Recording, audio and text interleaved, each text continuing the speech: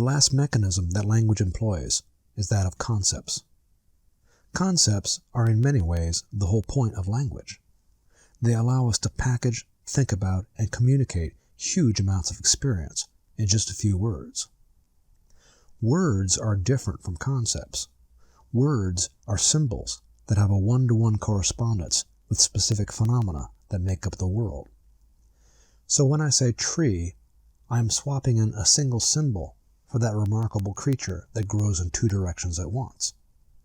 I am shorthanding a single phenomena. Concepts, on the other hand, are elevated structures that allow us to shorthand large amounts of the world. Phrases like mother-in-law, girlfriend, global warming, and street person carry enormous amounts of meaning. They allow us to manipulate huge amounts of information. The problem is this: in the world itself, there are no such things as mother-in-laws, or girlfriends, or global warming, or street people. Concepts allow us to map large sections of the world in our thought and communication. But our concepts exist only in the map. They are not really there in the world. But we think they do exist in the world. We think there really are such things as girlfriends and mothers-in-law. So we stop seeing the person that is actually occurring, and instead interact with whatever concept of girlfriend or mother-in-law we have in our head. All the while, we are convinced that we are operating in the world, but we are not. We are operating in our map of the world. And here's the danger with concepts. By now, as adults, concepts cover almost every square inch of our experience, from what coffee should taste like to the idea that the bus should be on time. As long as we are operating within our concepts, we don't actually have real experiences, because we are not actually moving through the world. We are moving through our concepts of the world. We are in the map and completely cut off from the territory. There's a simple way to notice how much of your waking life is spent moving through concepts of the world, as opposed to the world itself. This is how it works. If you watch all of your thoughts during the course of a single day, one by one, you will notice that they fall into one of two categories. They are either ontological or they are axiological. Ontological thoughts identify how things are. Water is hot. The sidewalk is slippery. Someone smiles warmly. You experience a rush of tenderness when your child reaches for your hand. Axiological thoughts identify where something is on an axis of good, bad, preferable, not preferable, kind, unkind, and so on.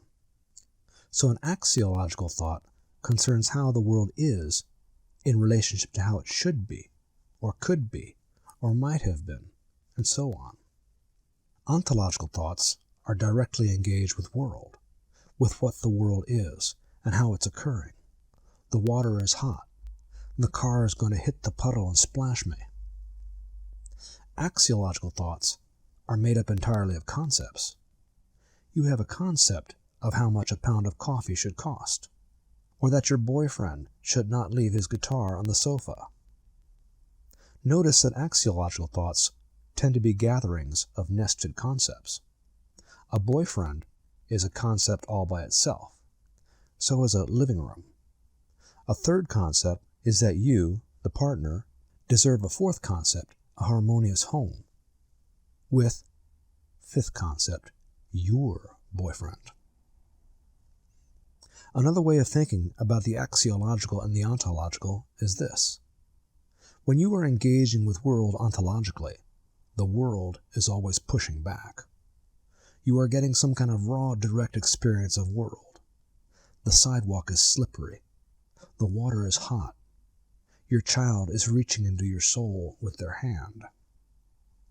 Not so with the axiological. The entire sequence of how much the coffee should cost, or whether the boyfriend is not respecting your shared space, is happening entirely in your head. You are sure that all these things, what coffee should cost, your boyfriend, a good relationship, exist in the world. So you are moving them around, trying to arrange them this way and that. But they don't exist in the world. They are concepts. Concepts are linguistic entities. They have no existence in the world itself.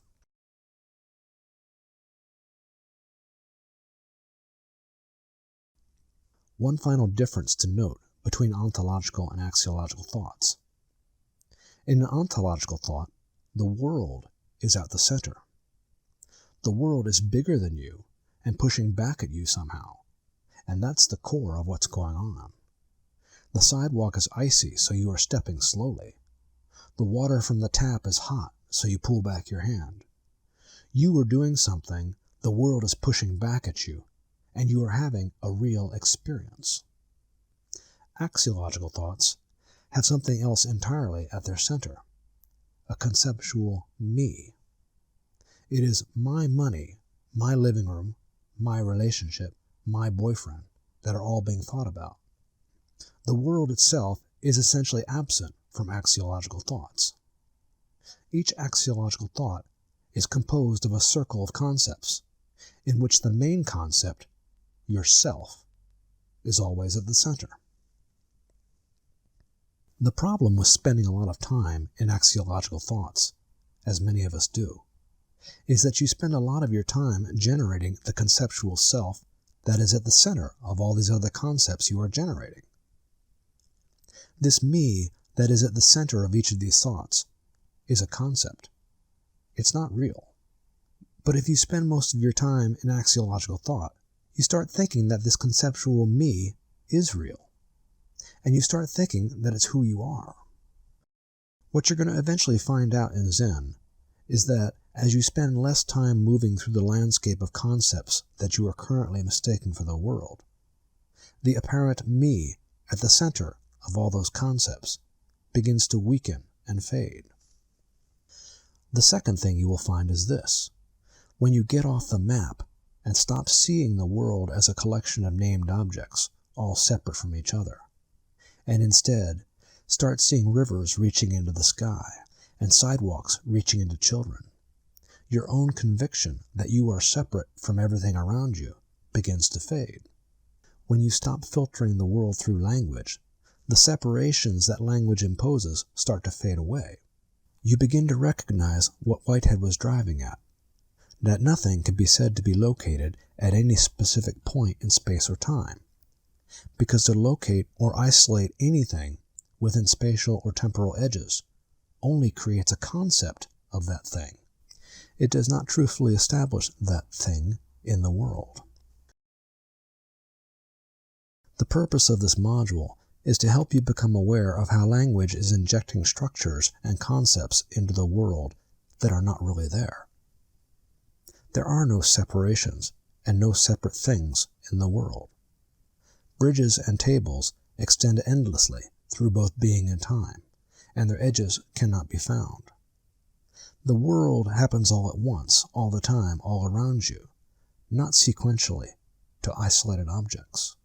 Fresh-cut grass and new sneakers and cracks in the sidewalk and school 5 days off and Spot already leaping are this moment of Bob. This is the world that is actually occurring.